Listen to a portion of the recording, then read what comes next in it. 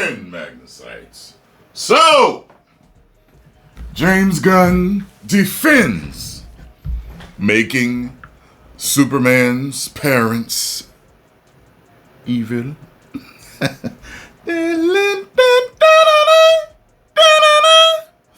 So, here's my thing. I'm all for artistic liberties being taken with certain characters, certain aspects to them. Some I end up liking, some I don't end up liking. Like, for example, I'm an artistic liberty. I'm not really the Joker, but I'm arguably the most popular to date. And I'm not the Joker. He's not. He's absolutely not. And that's when that argument of, oh, this is so classic comic accurate, gets thrown right out the window with a lot of these people that come to the channel and get mad because I don't like what they like. Oh, this is so classic comic accurate. Oh, wow, it's so classic comic accurate and it's ripped right from... This isn't ripped right from classic comics origin of Superman. So don't try it. You know what I thought was funny, though? Over the past couple of days, when it's showing that its box office has not beaten, its opening box office, domestic box office, has not beaten Man of Steel, even with inflation. Even with inflation, it hasn't beat it, which is hilarious. You can't really compare the international because Man of Steel had a staggered release over there. But they still has 75 million. Compared to the 90 million or 95 million with all these markets, that's not good. That is not good that Man of Steel got that close to what they did with all. And when you think about inflation, there's more people buying tickets and butts in those seats for Man of Steel than there are for this movie. And there's people saying, well, they're like grasping at straws. When I think of, back then when Man of Steel was released, superhero movies were more popular. That's why it did. Oh, God. Coper, I'd like you to meet Deadpool and Wolverine. Deadpool and Wolverine, Coper. That goes right out of the window. Like, so much gets thrown out of the window. And just so you know, I am going to make as many Superman-related videos as I feel like it, because I have haters to laugh at. See, the haters are the disrespectful people in the comments that come to harass me when I didn't do one thing to them.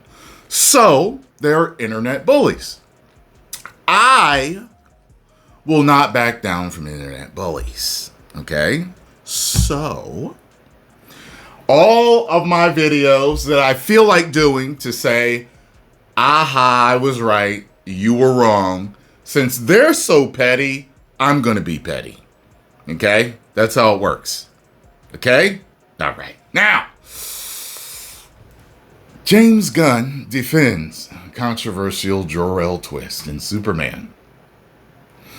James Gunn is defending his controversial changes to Jor-El in Superman. The highly anticipated Superman, directed by James Gunn and released on July 11, 2025, has ignited passionate discussions among fans.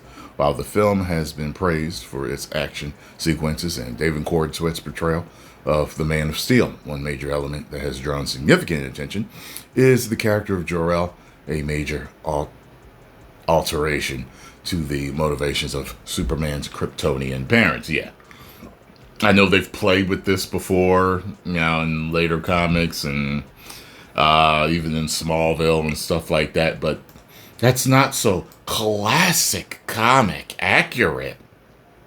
These changes have left many classic Superman enthusiasts feeling betrayed, betrayed, betrayed.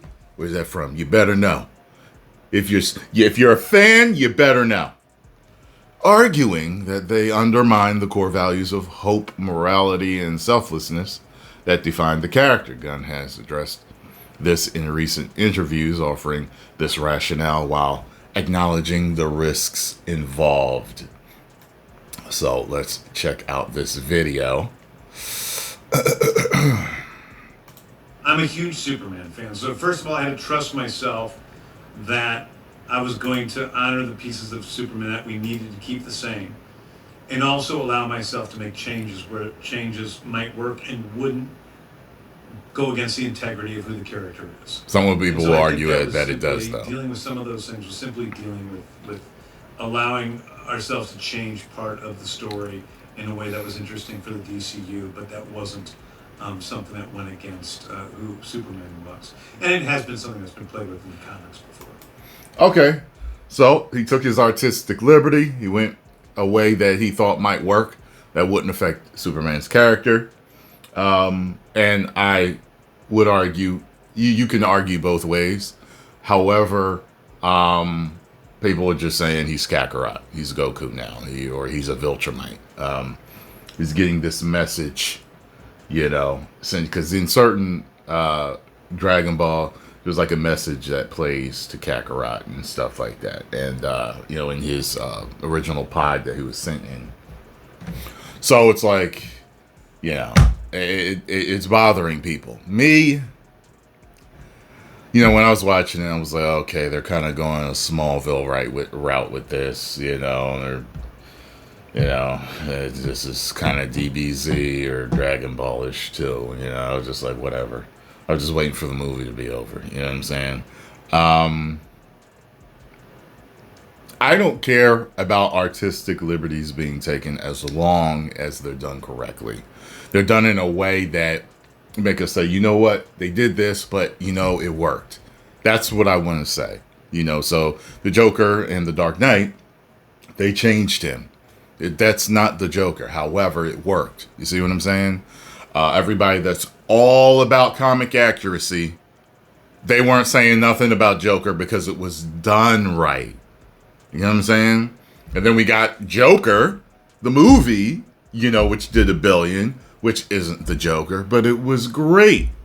You get what I'm saying? So it depends. But I'm just shedding a light on this for the people that are always like, oh, it's so comic accurate. You don't know what you're talking about. Blah, blah, blah, blah, blah, blah, blah. It's the same crap all over and over and over again. And I'm here to say I told you so. It's not classic comic accurate in all ways. See? I'm here to educate you and have fun doing it. So, are you for the change? Are you against the change? Do you think because of the backlash that he will eventually change it in Superman 2? Maybe he will, maybe he won't.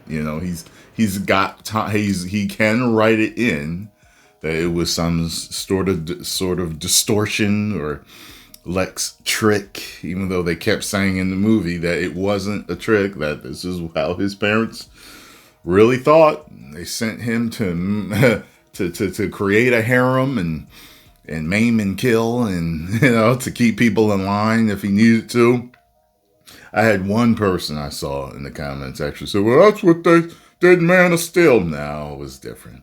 They sent him with the Codex, for him to procreate, but not to take over to keep the Kryptonian bloodline going, but not to rule over and destroy and everything on Earth. I ain't tried it. People reach so much for stuff. It's the copium being taken. People are overdosing on copium with this movie.